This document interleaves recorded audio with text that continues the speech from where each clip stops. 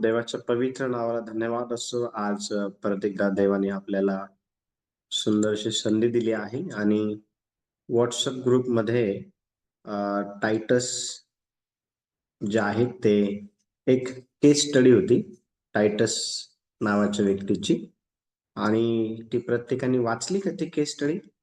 कारण आपण आज त्याच्यावरती जे आहे ते शिकणार आहोत. तुम्ही सर्वांनी टायटस नावाच्या व्यक्तीची जी केस होती ना, तिचा तिचा अभ्यास केला का सर्वांनी?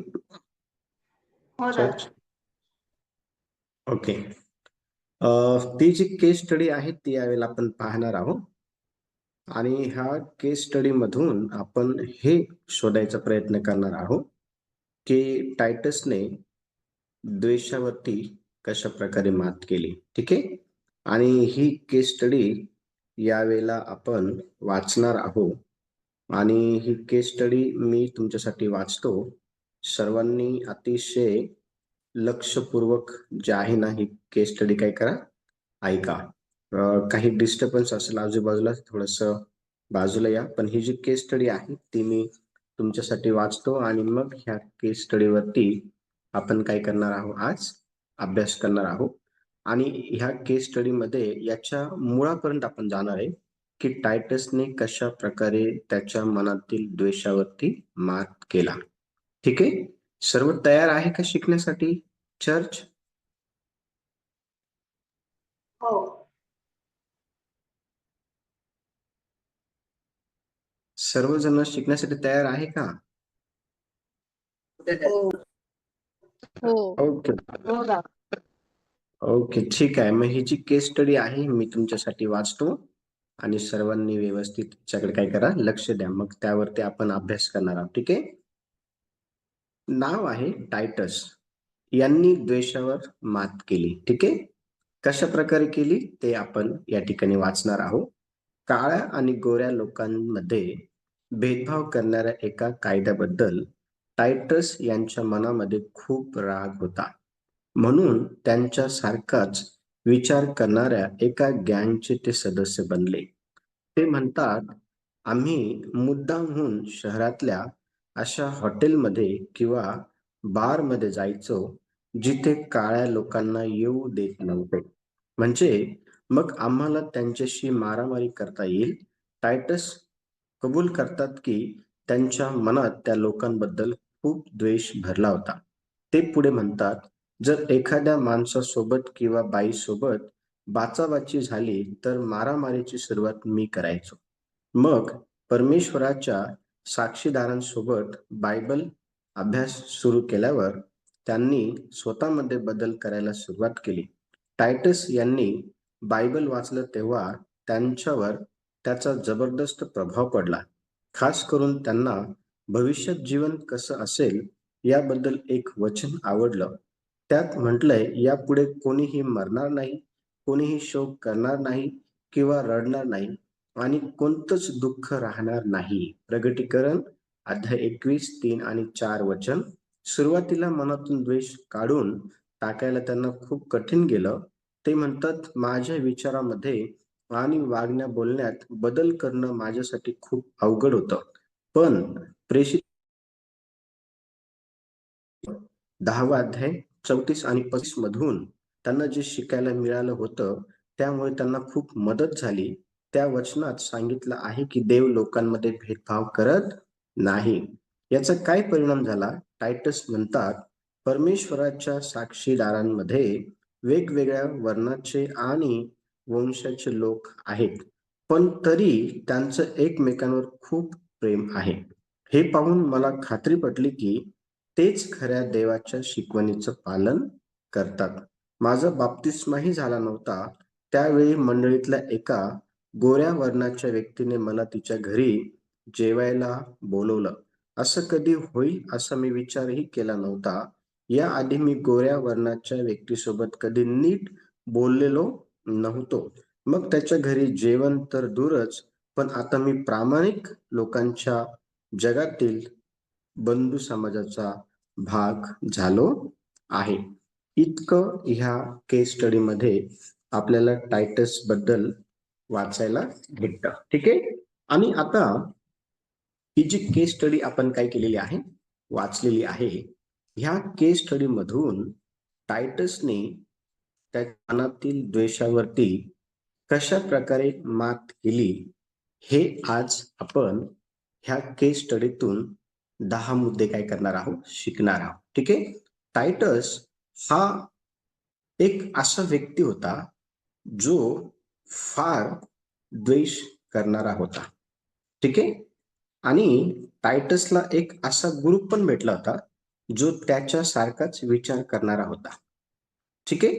आणि आता आपण पाहतो की तुमच्या डोळ्यासमोर टायटसचं चित्र आणा आणि टायटस कशा प्रकारे ह्या केस स्टडी मध्ये वागणूक करत होता, कशा प्रकारे द्वेष करत होता, कशा प्रकारे बाचाबाची करायचा, कशा प्रकारे मारामारीची सुरुवात तो अगोदर करायचा, हे सर्व डोळ्यासमोर आणा आणि विचार करा, इतक्या अशा भयानक वातावरणामध्ये द्वेषाने त्याला एका एक एक जो कायदा आहे, त्या कायद्यासंदर्भात आपल्याला पहिल्या ओळीमध्ये पाहायला भेटतं, काळ्या आणि गोऱ्या लोकांमध्ये भेदभाव करणाऱ्या एका कायद्यामुळं त्याच्या मनामध्ये खूप काय होता?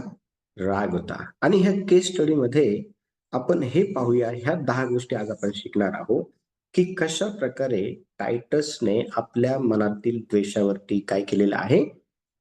विजय मिळवला आहे किंवा कशाप्रकारे टायटसने त्याच्या मनातील द्वेषावरती काय केले आहे? मात केली आहे. पहिला मुद्दा आहे, द्वेषाचा स्वीकार त्यांनी केला. टायटसने आपण ज्यावेळेस ही केस स्टडी वाचतो ना, ह्या केस स्टडीमध्ये आपल्याला असं पाहायला भेटतं, की टायटसने त्याच्या मनामध्ये इतर लोकांविषयी असलेला जो काही द्वेष आहे ना, त्या द्वेषाचा त्यांनी काय केला? स्वीकार केला. आणि पहा, टायटसने प्रथम आपल्या मनातील द्वेषाचा स्वीकार केला आणि तो चुकीचा असल्याचं त्यांनी मान्य केलं. आपल्याला आपल्या मनातील द्वेषावरती जर मात करायची आहे किंवा आपल्याला आपल्या मनातील द्वेष जर काढून टाकायचा आहे, तर सर्वात पहिली गोष्ट आपल्याला जे केलं पाहिजे ते आहे, आपण स्वीकार केला पाहिजे. पहिली गोष्ट, द्वेषाचा आपण काय केला पाहिजे? स्वीकार केला पाहिजे. हो, माझ्या मनामध्ये मी अमुक-अमुक व्यक्तीबद्दल काय केलेलं आहे?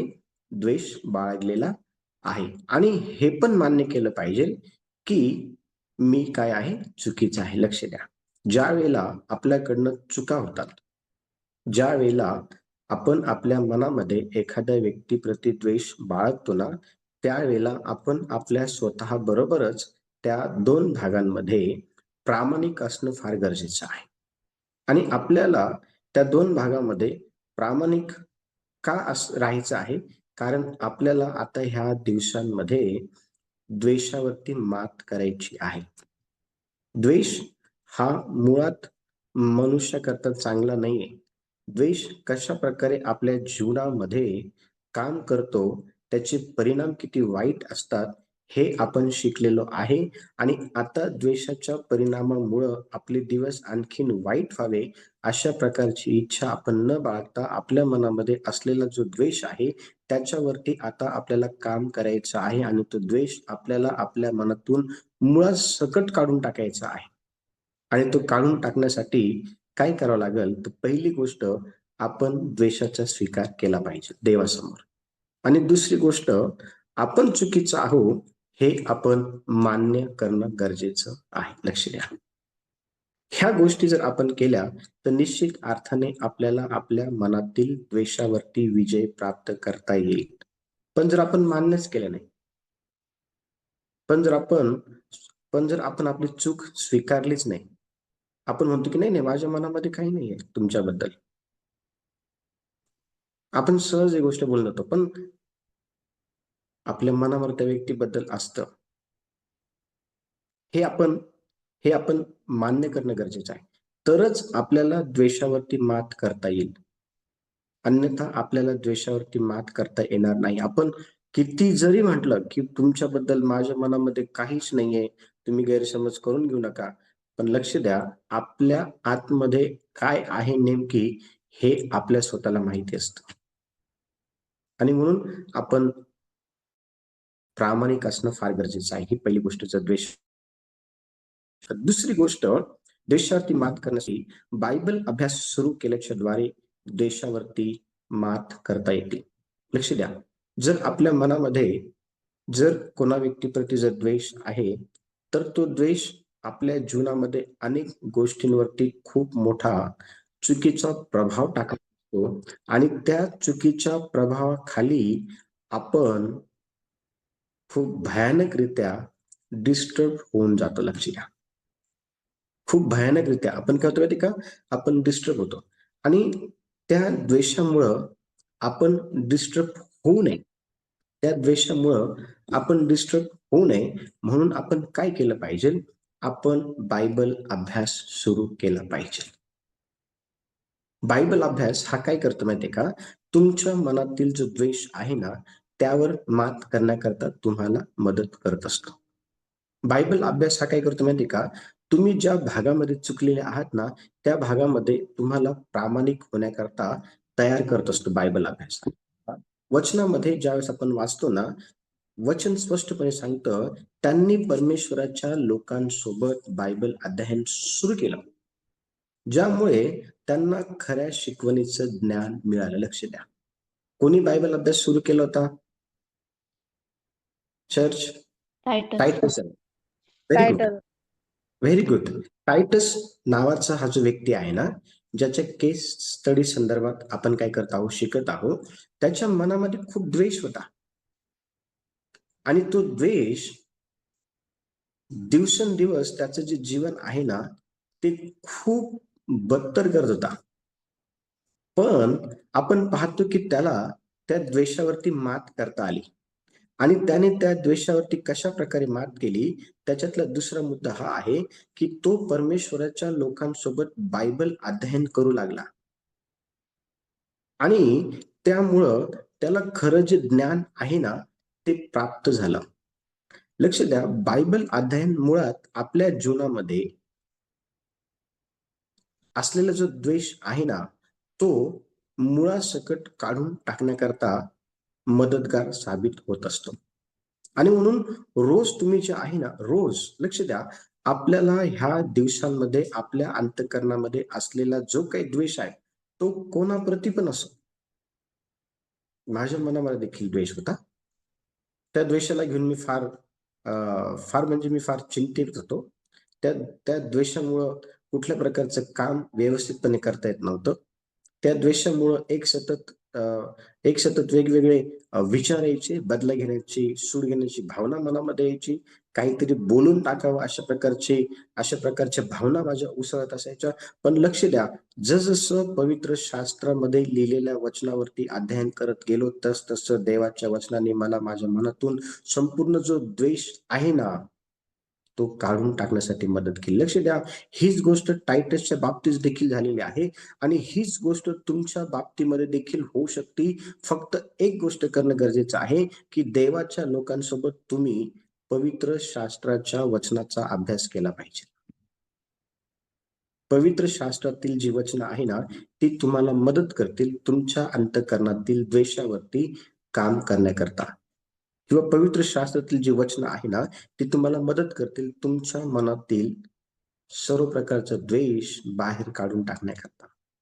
टायटसच्या संदर्भात ते झालं. टायटस जो आहे ना, देवाच्या लोकांसोबत पवित्र शास्त्रातील वचनावरती दिवसेंदिवस अभ्यास करत गेला आणि लक्ष द्या, त्याला त्या वचनातून खरं ज्ञान प्राप्त झालं आणि त्या ज्ञानाच्या साहाय्याने तो त्या द्वेषातून जे आहे बाहेर निघाला. आपण देखील त्याच प्रकारे द्वेषातून जे आहे ते बाहेर निघू शकतो.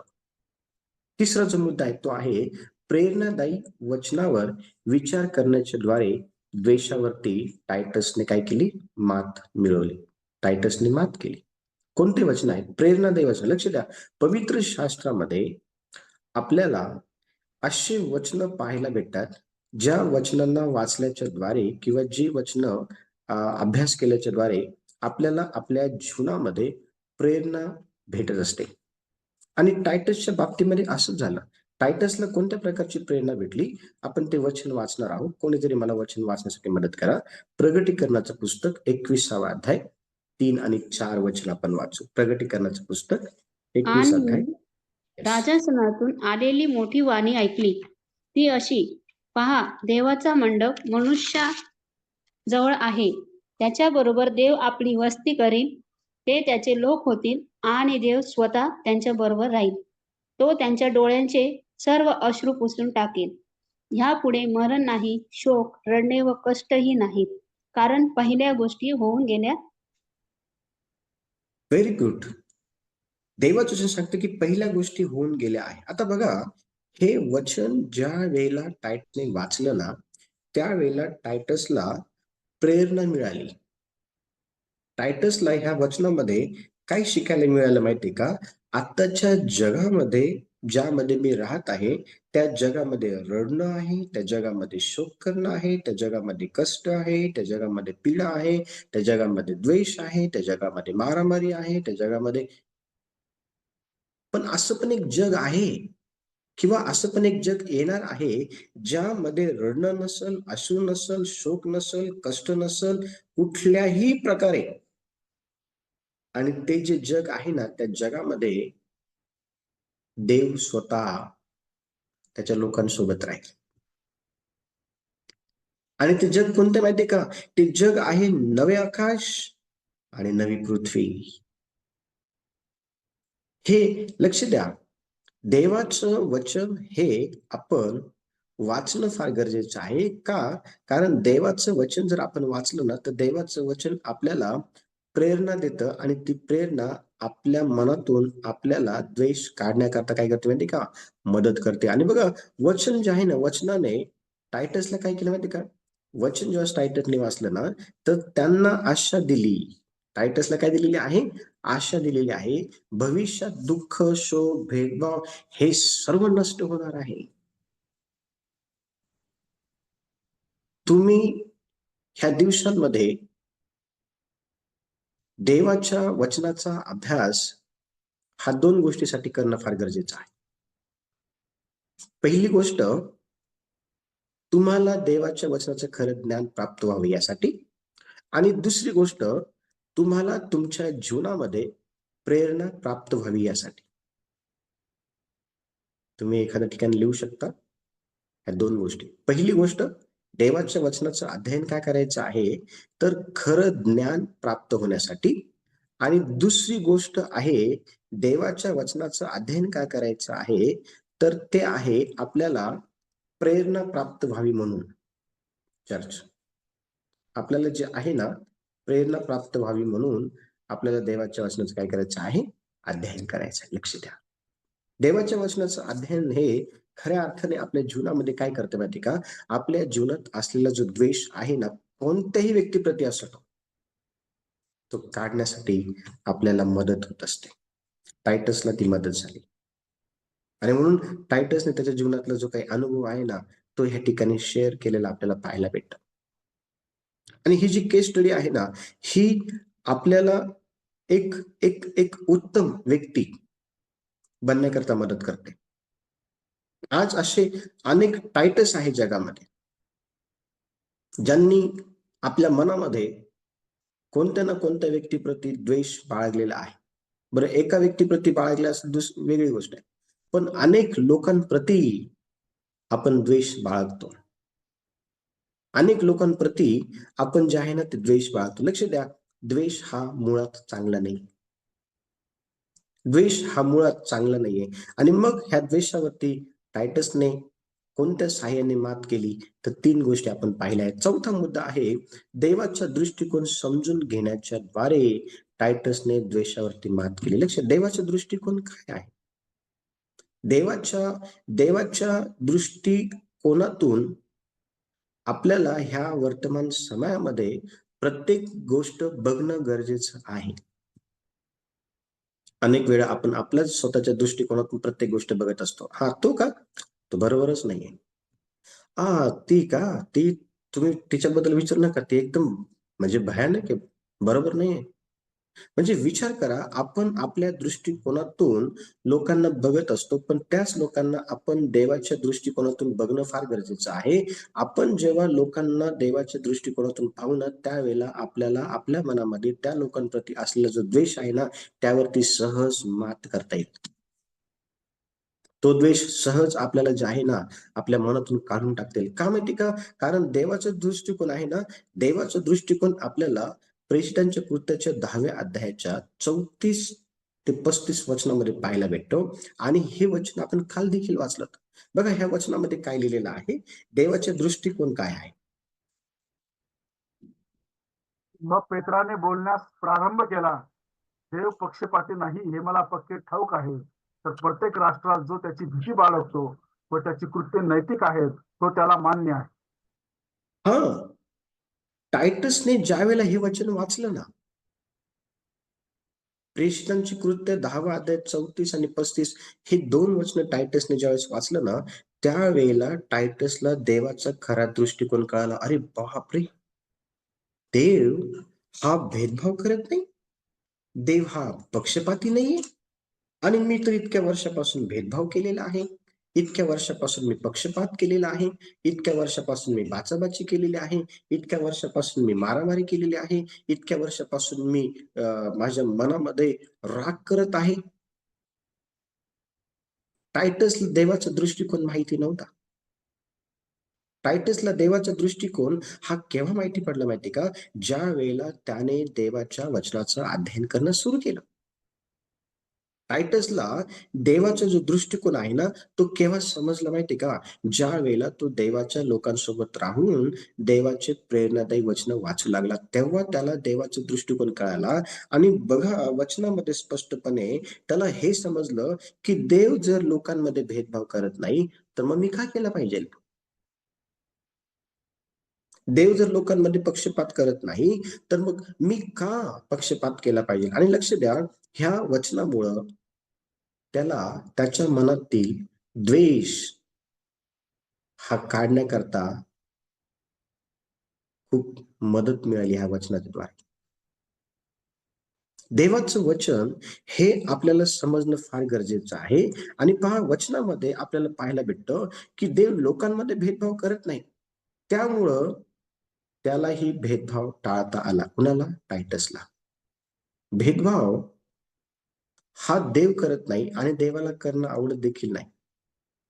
मग ते आपणही करू नये आणि आपणही केलेलं देवाला आवडत नाही. आपण देवाचे लेकरं आहोत. आपण देवाचे लेकरं आहोत. वर्षानुवर्ष आपण एखाद्या व्यक्तीप्रती आपल्या मनामध्ये द्वेष बाळगतो आणि तो द्वेष आपलं जीवन खराब करून टाकतो. तो द्वेष आपलं जे वैयक्तिक जीवन आहे, आपलं जे फॅमिली लाईफ आहे, आपलं जे कामाचं लाईफ आहे, आपल्या जीवनामध्ये असलेले जे चांगले गोल्डन दिवस आहे ना, ते बरबाद करून टाकतात चर्च.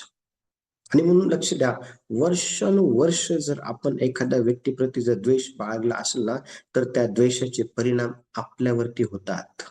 हा मान्य आहे, की लोकांनी आपल्याबरोबर वाईट कृत्य केलेलं आहे. लोकं आपल्याबरोबर वाईट वागलेले आहेत. येस, मान्य आहे. पण आपण काही करू शकत नाही त्या विषयाला घेऊन. का? कारण वचन आपण काल वाचलं, की सूड घेणं माझ्याकडे आहे. बदला घेणं माझ्याकडे आहे. तुम्हाला जो त्रास झालेला आहे, तुम्हाला ज्या परिस्थितीचा सामना करावा लागलेला आहे, तुम्ही ज्या परिस्थितीला अनुभवलेलं आहे ना, लक्ष द्या, देवाला माहिती आहे ते. देव पक्षपाती नाहीये. देवाला माहिती आहे, की तुम्हाला किती त्रास झालेला आहे. देवाला माहिती आहे तुम्हाला किती ठेच लागलेला आहे. देवाला माहिती आहे तुमचे किती अपमान झाले. देवाला माहिती आहे सर्व काही. देवाला सांगायची गरज नाहीये. कारण आपण वचनामध्ये वाचलं पहिलं शमूएलच्या पुस्तकामध्ये, देव बाहेरून बघत नाही, देव आपलं अंतःकरण बघतो. आपलं अंतःकरण हे किती पिळलं गेलेलं आहे ना, हे देवाला माहिती आहे. लक्ष द्या, ज्या लोकांनी आपल्याला त्रास दिलेला आहे ना, त्यांच्याबद्दलचा द्वेष मनातून काढून टाकणं हे कठीण आहे. पण तो द्वेष काढून टाकणं हे सोपं आहे, ज्यावेळेला आपण देवाच्या दृष्टिकोनातून लोकांकडे पाहतो. देवाने काय बघितलं लोकांकडं? देवाने पाहिलं, देव कधी भेदभाव नाही करत, देव पक्षपाती नाहीये. मग आपण का भेदभाव करावा, आपण का पक्षपात करावा, आपण का लोकांबद्दल आपल्या मनामध्ये द्वेष बाळगावा? का? देवाची इच्छा आहे की आपण देखील भेदभाव करणं सोडून दिलं पाहिजे. पाचवी जी गोष्ट आहे ती आहे स्वतःला बदलण्याचा प्रयत्न करण्याच्या द्वारे टायटसने द्वेषावरती मात केला. येस, खूप सुंदर. आपण आपण कधी स्वतःला बदलण्याचा प्रयत्न केला आहे का? बदलण्याचा प्रयत्न चांगला आहे. समोरचा व्यक्ती बोलत नाही म्हणून काय झालं, आपण बोललं पाहिजे. समोरचा व्यक्ती जो आहे तो आपल्यापासून लांब लांब जातो म्हणून काय झालं, आपण त्याच्या जवळ गेलं पाहिजे. लक्ष द्या, द्वेष हा आपल्याला कधीच आपल्या नातेसंबंधामध्ये चांगल्या रीतीने वाढू देत नाही, वाढू देत नाही. स्वतःला बदलण्याचा प्रयत्न करणं चांगलं आहे, कारण तुम्ही जर स्वतःला बदलत राहिलं ना तर द्वेष तुमच्यामध्ये काम नाही करू शकत. पण तुम्ही जर तुमच्या स्वतःला बदलण्याचा प्रयत्न जर केला नाही तर द्वेष हमखास तुमच्या जीवनामध्ये काम करेल. कसं काम करतो का? तर भांडलाय ना माझ्या बरोबर, तो समोरून जरी गेला ना तरी आपलं मन त्याला शिव्या श्राप देतं, तरी आपलं मन म्हणतं की त्याचं कधीच चांगलं होईल. तो समोर जरी आला ना अचानकरित्या, आपण रस्ता बदलून घेतो. द्वेष आपल्याला सांगतो, चल इकडनं, चल इकडनं. लक्ष द्या, द्वेष हा आपल्याला बदलू देत नाही, पण आपण नेहमी बदलण्यासाठी प्रयत्न करणं गरजेचं आहे. काय माहितीये का? कारण सुरुवातीला खूप, लक्ष द्या, सुरुवातीला टायटस आहे ना, टायटसला खूप कठीण गेलं बदलणं, स्वतःला बदलणं खूप कठीण गेलं. पण टायटसने आपल्या विचारामध्ये आणि वागण्यात सातत्याने बदल करण्याचा प्रयत्न केला. कुठं बदलायचं आपल्याला? आपलं राहणीमान नाही बदलायचं. आपल्याला ज्या गोष्टी बदलायच्या आहे ना त्या काय माहिती का? आपल्या विचारांमध्ये. सर्व जो खेळ आहे ना, सर्व आपली जी युद्धभूमी आहे, युद्धभूमी माहिती मला, युद्धभूमी. दोन राजांमध्ये जर युद्ध व्हायचं असलं तर एक ठराविक जागा असायची, तिथं ते युद्ध करायचे आणि त्या जागेला युद्धभूमी म्हणतात. तशी आपलं मन आहे ना, हे आपलं मन ही एक युद्धभूमी आहे आणि ह्या मनामध्ये सतत दोन युद्ध चालू असतात, चांगलं आणि वाईटाचं. सतत चालू असतात हे दोन युद्ध. आणि काय होतं माहिती का? देवाच्या वचनात परिपक्व नसल्या कारणामुळं, देवाच्या वचनाचा अभ्यास करत नसल्या कारणामुळं आपल्या मनामध्ये असलेली जी युद्धभूमी आहे ना, त्या युद्धभूमीमध्ये दोन व्यक्ती आहे, एक चांगला आणि एक वाईट. तर वाईट व्यक्ती चांगल्या व्यक्तीवरती हावी होऊन जातो, वाईट विचार हा चांगल्या विचारावरती हावी होऊन जातो. लक्ष द्या, तुम्ही जर सतत स्वतःला बदलण्याचा जर प्रयत्न करत राहिले, तुम्ही जर स्वतःच्या वागणुकीमध्ये, स्वतःच्या विचारामध्ये जर सातत्याने बदल करण्याचा प्रयत्न करत राहिले, तर तुमच्या मनामध्ये असलेला द्वेष हा सहज निघून जाईल. त्याच्यावर तुम्हाला सहज जे आहे ना, सहज तुम्हाला त्याच्यावरती मात करता येईल. पण प्रॉब्लेम काय माहिती का? आपण सातत्याने प्रयत्न करत नाही आपले विचार बदलण्याचा. आपण सातत्याने प्रयत्न करत नाही वागणुकीत बदल आणण्याचा. हा बदल होणं गरजेचं आहे.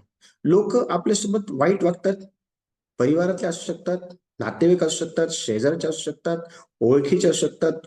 लक्ष द्या, कामावरचे असू शकतात, आपले आपले अधिकारी असू शकतात, बॉस असू शकतं, कोणी असू शकतं. लोक आपल्याबरोबर वाईट वागतील याचा अर्थ आपण पण त्यांच्यासोबत वाईट वागावं किंवा आपण त्यांच्याबद्दल वाईट विचार करावे किंवा आपण त्यांच्याबद्दल वाईट वागणूक करावी, हे त्याचं सोल्युशन नाहीये. द्वेषाला आपल्याला ह्या दिवसांमध्ये काढायचं आहे. म्हणून आपण काल वचन वाचलं होतं, वाईटाने जिंकला जाऊ नको, तर बऱ्याने वाईटाला जिंक. ते एक गीत देखील आहे. वाईटाने जिंकला जाऊ नको, तर बऱ्याने वाईटाला जिंक. आपण काय करत आहोत? आपल्याला कशा प्रकारे लोकांशी जे आहे ते लोकांशी आपल्याला कशा प्रकारे जिंकायचं आहे? आपण लोकांबरोबर आपले विचार चांगले ठेवायचे आहे, आपली वागणूक चांगली ठेवायची आहे. लक्ष द्या, अशा प्रकारे सातत्याने जर आपण प्रयत्न केले ना, तर आपल्याला निश्चित अर्थाने आपल्या मनातील द्वेषावरती विजय प्राप्त करता येईल, अन्यथा करता येणार नाही. आपण तेच ते विचार करत बसतो. तेच ते, याने माझं वाईट केलं आहे, याने माझं असं केलंय, याने माझं असं केलं, तिने माझं, त्याने माझं. हे विचारच आपल्याला काय करतात माहितीये का? दिवसेंदिवस, वर्षानुवर्ष, महिन्यान-महिने, आठवडे काय करतात माहितीये का? आपल्याला त्या व्यक्तीविषयी काय करतात? आपल्याला उकसवत असतात. आणि त्याच्यामुळं त्या व्यक्तीचं काही होत नाही. आपली बीपी खराब होऊन जाते. आपली तब्येत खराब होऊन जाते. आपलं जेवण कमी होऊन जातं. आपलं मन लागत नाही कशामध्ये, कामामध्ये. हे आपल्यावर त्याचे परिणाम होतात. आपण आपल्या स्वतःची प्रकृती खराब करून घेतो. म्हणून देववचन सांगतं, की आपण बदलणं गरजेचं आहे. कशामध्ये? विचारांमध्ये. सोडून द्या, माफ करा त्या व्यक्तीला. वचन सांगते, की तुम्ही तुमच्या शत्रूला क्षमा करा म्हणून. आपण क्षमा केली पाहिजे. लक्ष द्या, देव आपले विचार पाहतो. देवाला आपली वागणूक ठाऊक आहे. 6वा जो मुद्दा आहे तो आहे, प्रेमाने भरलेल्या समुदायाच्या साहाय्याने टायटसने द्वेषावरती मात केली. हे हे जे आहे ना, लक्ष द्या, हे आपल्या जीवनामध्ये असलं पाहिजे चर्च. आपण अशा लोकांच्या सहभागितेमध्ये राहायला पाहिजे, जी लोक देवाच्या प्रेमाने भरलेली आहेत. जी लोक देवाच्या प्रेमाने काय आहे? भरलेली आहे. अशा लोकांच्या सानिध्यामध्ये आपण राहायला पाहिजे. का माहिती का? परमेश्वराच्या लोकांच्या सहभागितेत टायटसने वेगवेगळ्या वर्णाचे आणि वंशाचे लोक एकमेकांवरती प्रेम करतात हे त्यांनी पाहिलं. ज्याने त्यांना खऱ्या शिकवणीचे पालन करण्याची काय केली ती खात्री दिली. काय बघितलं टायटसने? टायटसने बघितलं की इथं सर्व काळे गोरे सर्वजण एकत्र येतात आणि सर्वजण एकमेकांवरती प्रेम करतात. सर्वजण एकमेकांचा आदर करतात. सर्वजण एकमेकांचा रिस्पेक्ट करतात. सर्वजण म्हणजे त्याने वेगळं चित्र बघितलं. जर तुम्हाला तुमच्या मनातील द्वेष काढायचा आहे, तर तुम्हाला ह्या दिवसांमध्ये देवाच्या प्रेमाने भरलेल्या लोकसमुदायाचा भाग तुम्हाला बनायचा आहे. म्हणजे प्रार्थनेला येणं, न चुकता प्रार्थनेला आलं पाहिजे. ज्या दिवशी प्रार्थना असते, मग ती पगारेताईंच्या घरी असू शकते, मग ती जगताप मावशींच्या घरी असू शकते, मग ती ज्योतिताईंच्या घरी असू शकते, मग ती पास्टरांच्या घरी असू शकते, मग इतर कोणी आपलं जे विश्वासणारे आहे, त्यांच्या घरी जर उपकार स्तुतीची प्रार्थना असते, तर त्या प्रत्येक ठिकाणी तुम्ही वेळात वेळ काढून येणं गरजेचं आहे. का? कारण अशा देवाच्या प्रेमाने भरलेल्या लोकांच्या संगतीमध्ये जर तुम्ही राहिले, तर तुम्हाला तुमच्या द्वेषावरती सहज विजय प्राप्त करता येईल. त्या लोकांच्या संगतीमध्ये तुम्हाला वेगवेगळे अनुभव येतील. अशा लोकांच्या संगतीमध्ये तुम्ही उठलं पाहिजे, बसलं पाहिजे, अध्ययन केलं पाहिजे. त्यांच्या त्यांच्या कॉन्टॅक्टमध्ये तुम्ही राहिलं पाहिजे. त्यांच्या सानिध्यामध्ये तुम्ही राहायला पाहिजे. तुम्ही प्रार्थनेला आलं पाहिजे. प्रार्थना सर्व काम बाजूला ठेवून तुम्ही त्या लोकांच्या सानिध्यामध्ये बसून देवाच्या प्रेमाचा अनुभव त्यांच्याकडनं घेतला पाहिजे. तर तुम्हाला तुमच्या द्वेषावरती जे आहे ना, ते विजय प्राप्त करता येईल. अन्यथा नाही येणार. तुम्ही जर एकटं राहिले ना, तर ज्या व्यक्तीने तुमचं वाईट केलेलं आहे ना, त्या व्यक्तीबद्दल तुमच्या मनात द्वेष आहे ना, तो द्वेष दिवसभर तुम्हाला परेशान करेल. जर तुम्ही एकटं राहिलं तर. पण देवाच्या लोकांच्या सानिध्यात जर तुम्ही आले ना, तर तो द्वेष त्याची तीव्रता कमी होऊन जाईल आणि कालांतराने तो निघून पण जाईल. द्वेषाची इच्छा काय माहिती का? तुम्ही एकटं राहा. द्वेषाची इच्छा काय माहिती का? तुम्ही देवाचं वचन वाचू नये. द्वेषाची इच्छा काय माहिती का? तुम्ही देवाच्या लोकांसोबत राहू नये. ही द्वेषाची इच्छा आहे. पण तुम्हाला ठरवायचं आहे, तुमच्या मनातून जर द्वेष जर बाहेर काढायचा आहे, तर तुम्हाला अशा समूहाचा भाग बनायचा आहे, जे प्रेमाने भरलेले आहे. जे प्रेमाने भरलेले. 7वा जो मुद्दा आहे तो आहे, नवीन अनुभव स्वीकारण्याच्या द्वारे द्वेषावरती मात केली. काय होता हा नवीन अनुभव? टायटससाठी नवीन अनुभव काय होता? केस स्टडी केली तुम्ही सर्वांनी? टायटससाठी नवीन अनुभव काय होता? काय त्याला अनुभवायला मिळालं? कोणी सांगेल? कुणाला आठवत आहे का? त्याला काय अनुभवायला मिळालं टायटसला?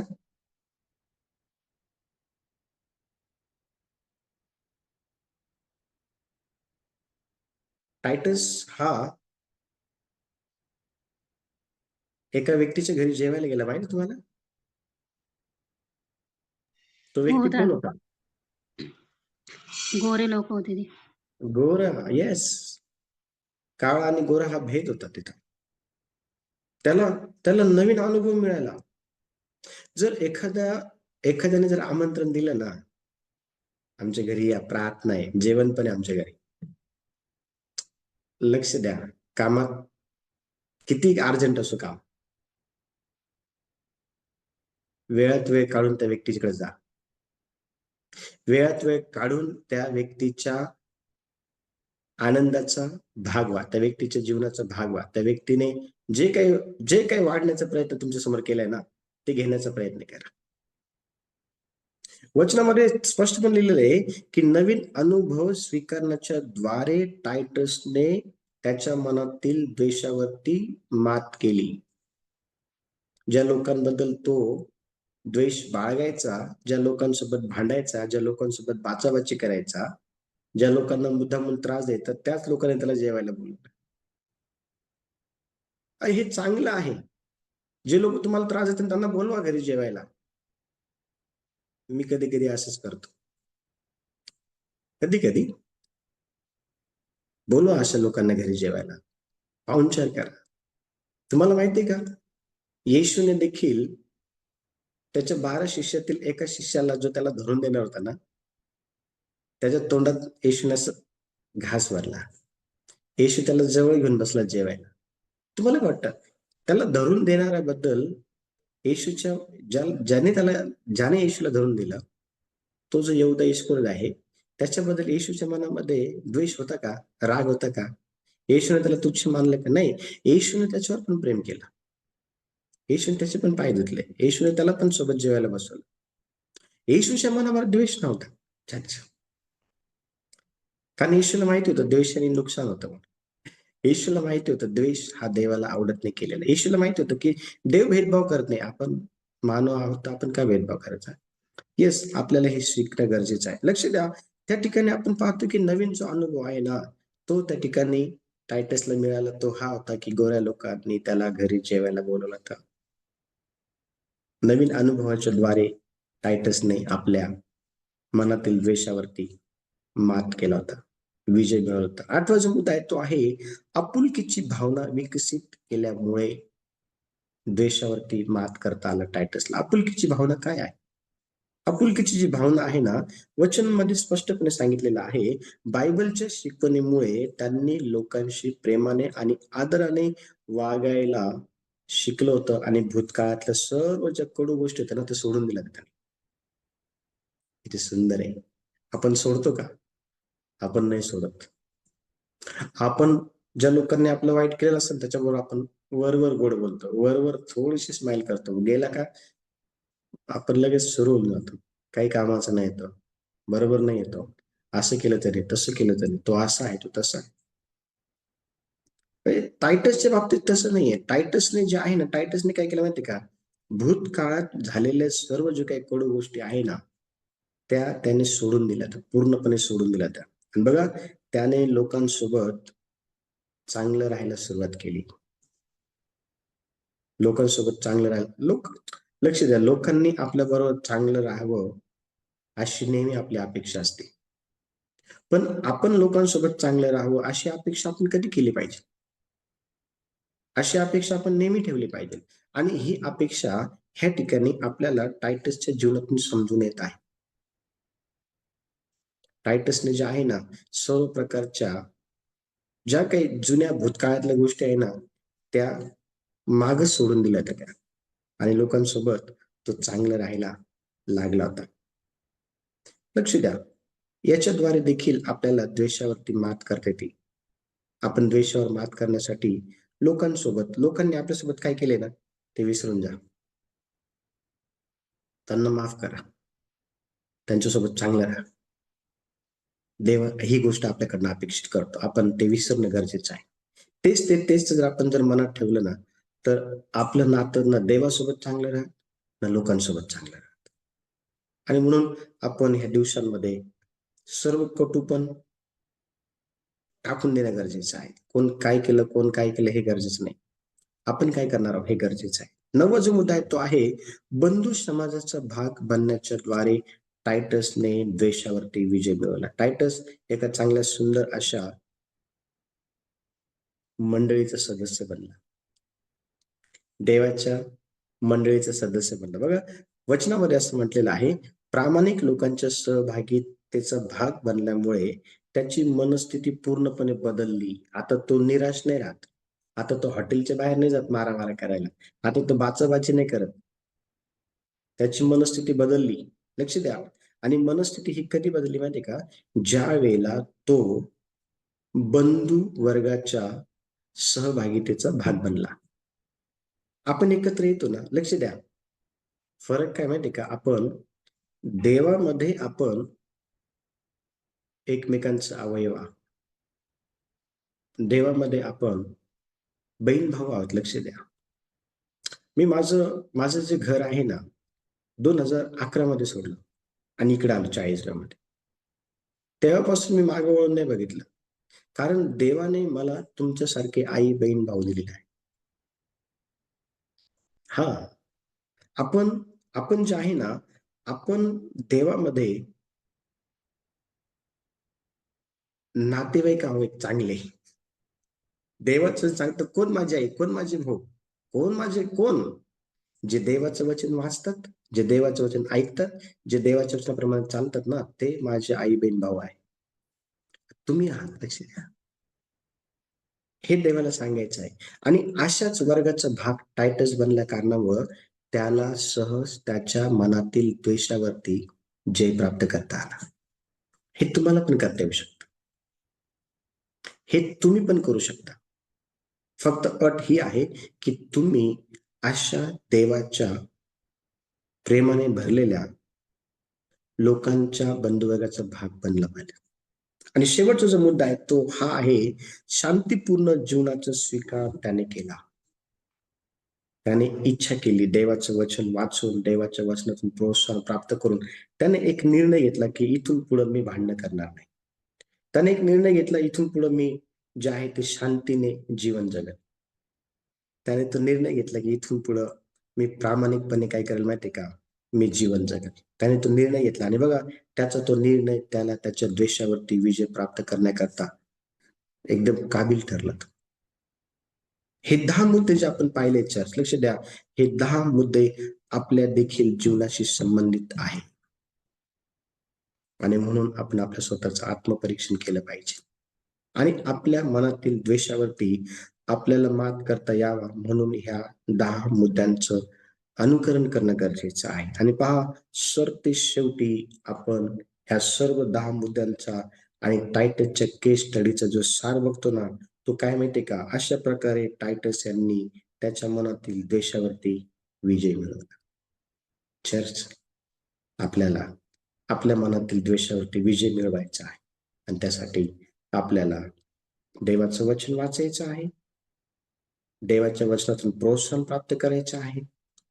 विश्वासणाऱ्यांचा भाग बनायचा आहे. आपण आपल्या द्वेषाचा स्वीकार करायचा आहे. आपण आपली चूक मान्य करायची आहे. आपण इतरांना क्षमा करायची आहे. आपण जे आहे ना देव कोणाकडेही भेदभावाच्या दृष्टीने बघत नाही. आपण पण बघू नये.